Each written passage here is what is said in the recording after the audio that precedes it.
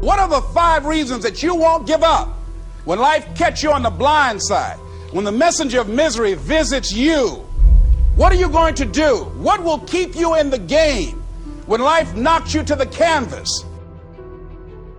Life's going to punch you right in the face. Life's going to fire you over and over again. You're going to be told you're not good enough. Your faith is going to be tested. Your family's going to look you in the eye and say, how do we get health insurance the next month? I don't know. But I know we're going to make it.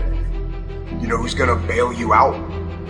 You know who's going to come and rescue you? You know who's going to come and save the day? No one. No one's going to come and do it for you. You're going to have to do it all yourself. See, the Buster Douglas that fought in the last fight was not the Buster Douglas that fought Mike Tyson. See, the Buster Douglas that got knocked down while fighting Mike Tyson had gotten out of an alcohol recovery center. His mother had died. His wife was ill with a terminal illness. He was considered a nothing, a bum. So when he got knocked down, Buster Douglas had a reason to get back up because he said, I'm dedicating this fight to the memory of my mama. Life is hard, man. That's what it's about. Life is a challenge. If you don't work as hard as you can, if you don't sacrifice everything, if you don't get rejected and keep coming back for more, if you don't get your loyalty tested and your faith tested, you don't love that thing if you bail out. So if you fought through all that, that's love. So you got to have some reasons that when life knocks you down, and it's going to. Hello, it's going to knock you down. When people disappoint you, and that's going to happen. When they betray you, and that's going to happen. When they lie to you, and that's going to happen. When they say, oh, you can count on me, and they won't show up, and that's going to happen. When you want to throw in the towel and give up yourself, and that's going to happen. When life collapses on you and catch you on the blind side, what reason can you remember that you can call on, that you can reach on, that can make you get back up? Find that reason. Because when life had knocked me down, I said, life, I'm doing this because I want to make my mama proud of me. I'm doing this because I want my children to have a better life than what I have. I'm doing this because all my life I've been told I'd be a loser, that I wouldn't make it. I'm doing this to make them a lie. I believe like Frank Sinatra, he said the best revenge in life is massive success. I'm doing this so I can become massively successful. And with that kind of courage, with that kind of affirmation and reason to empower me, I got a saying that when life knocks you down, try and land on your back, because if you can look up, you can get up.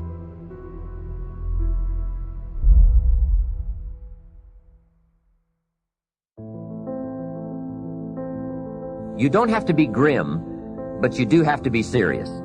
Hey, everybody hopes things will get better, but remember, the future does not get better by hope. It gets better by plan. And hope unaided by clear plans can finally become an illness. There's a Bible phrase that says, hope long delayed makes the heart sick. It's a sickness. I used to have the illness known as passive hope. It's bad. And there's one that is even worse, and that is called happy hope. That is really bad. The man is 50, and he's broke, and he's still smiling. That's bad. So get serious. Make plans. Put them on paper. My suggestion from experience. There's a phrase from the Bible that goes, without dreams and vision, we perish.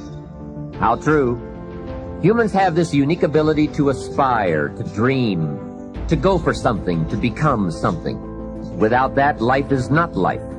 We must have dreams and never give up on our dreams. I'd like to share a few ways your use of time are affected by or influence the achievement of your goals. Have you ever thought that without some very clear written goals, you never even need to consider managing your time? Time essentials come from objectives well defined. Time can't be critical if objectives aren't defined. Now you might be one of those uniquely fortunate individuals who can keep all their objectives and purposes clearly defined in their minds and operate from that. But I wouldn't take the chance. Write your goals down and set careful priorities. Sometimes priorities are determined by the season. For a farmer in springtime, the season dictates his most important activities.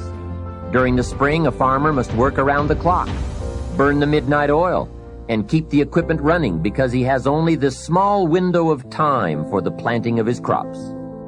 One of the difficulties of living in an industrialized society is the losing of the sense of seasons. When to pour it on, when to ease back, when to take advantage. It's easy to keep going from 9 to 5, year in and year out, and lose a natural sense of priorities and appropriate time.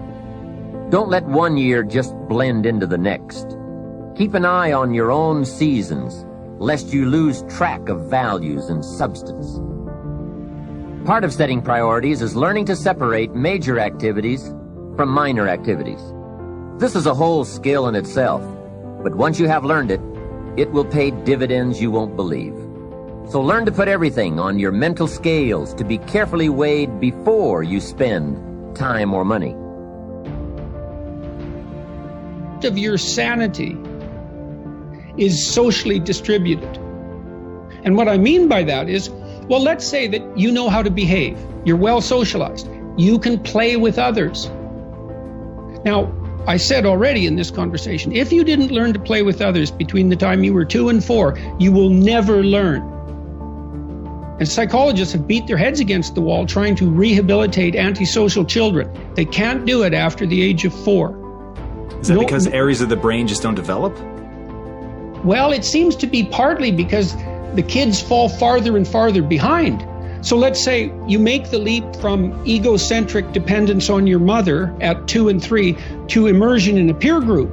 Well, then you pick peers that are at your same developmental level, and you chase each other up the developmental ladder.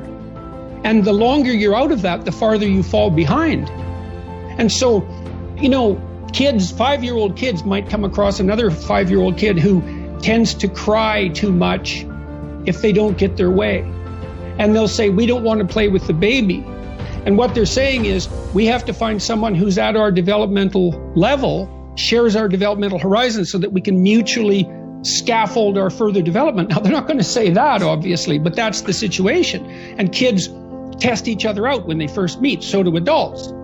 Game. Can you play? Are you playing at the same level as me? I'm playing my game at the level that will further my development. Can you play along with me?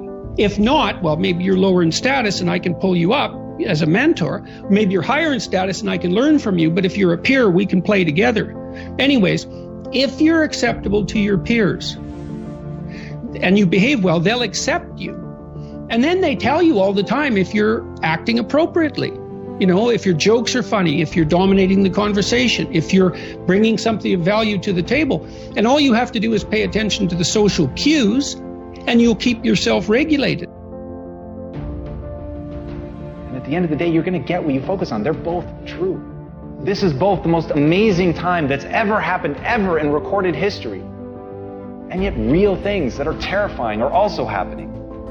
But where you put your energy, where you put your attention, where you put your focus, is going to determine what you see. And that is the most fascinating and the most important thing you have to understand about the way that your mind works. You get what you focus on. If you focus on the things that are bad, they will become real. They will become exaggerated. They will begin to monopolize your thoughts. You'll see them everywhere. It's called the reticular activating system. Your mind is literally designed to pay attention to the things that you notice. Once you notice a certain car, you see it everywhere. Once you notice a certain dog, you see it everywhere. Once you hear a certain name for the first time, suddenly you realize that that name has been all around you this entire time. But now that you're focusing on it, now that you're looking for it, it is everywhere. So whatever you look for, it's going to be everywhere. If you look for the negative, it'll be there. But if you look for the positive, it will overwhelm you. When you manage something, you do so to keep it going. Well, you don't need to keep time going. You don't even need to watch it. You can be completely unaware of it. You can go to sleep. Doesn't matter. Time just continually moves. Doesn't need you. It doesn't need me. It just keeps moving. We don't need to do time management because there's nothing to manage. It's automatic. It continually moves. What we need to do is priority management. With the time that is continually slipping away from us, we need to manage our priorities to maximize the time we have. So don't manage your time, maximize your time. How? By doing the things that are the most important to do at that moment. Make every day your masterpiece.